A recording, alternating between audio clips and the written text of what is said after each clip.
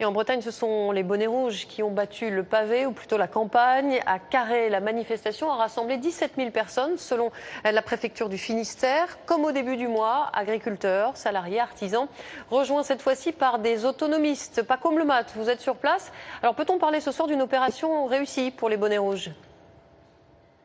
Oui, pour les bonnets rouges, le pari est réussi. D'abord parce que tout s'est passé dans le calme. Et ensuite, au niveau de la mobilisation, vous le disiez, il y a eu entre 17 et 35 000 personnes. C'est donc presque autant que lors du rassemblement de Quimper. Alors vous voyez derrière moi, encore une centaine de manifestants assistent au dernier concert. Mais le moment fort de la journée, c'était tout à l'heure, ici, à 15 h. Les bonnets rouges sont de retour dans le Finistère, en nombre, dans le calme.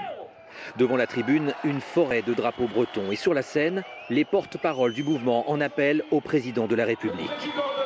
François Hollande, qui pour le moment n'a pas dit un mot sur ce qui se passe en Bretagne.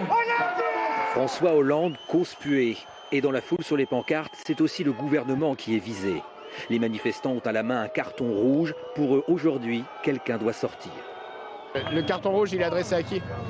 À tout le gouvernement, celui-ci, celui d'avant, parce que c'est quand même eux qui l'ont mis en place, l'écotaxe. Donc on n'en peut plus. Le carton rouge pour tous les gouvernements successifs depuis des années et des années. On en a marre.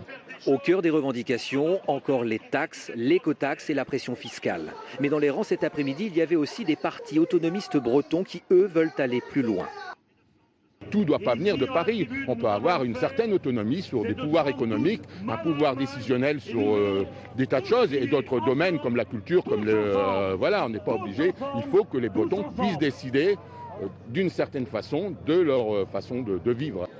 Ce soir, les organisateurs n'ont pas prévu de date pour un nouveau rassemblement.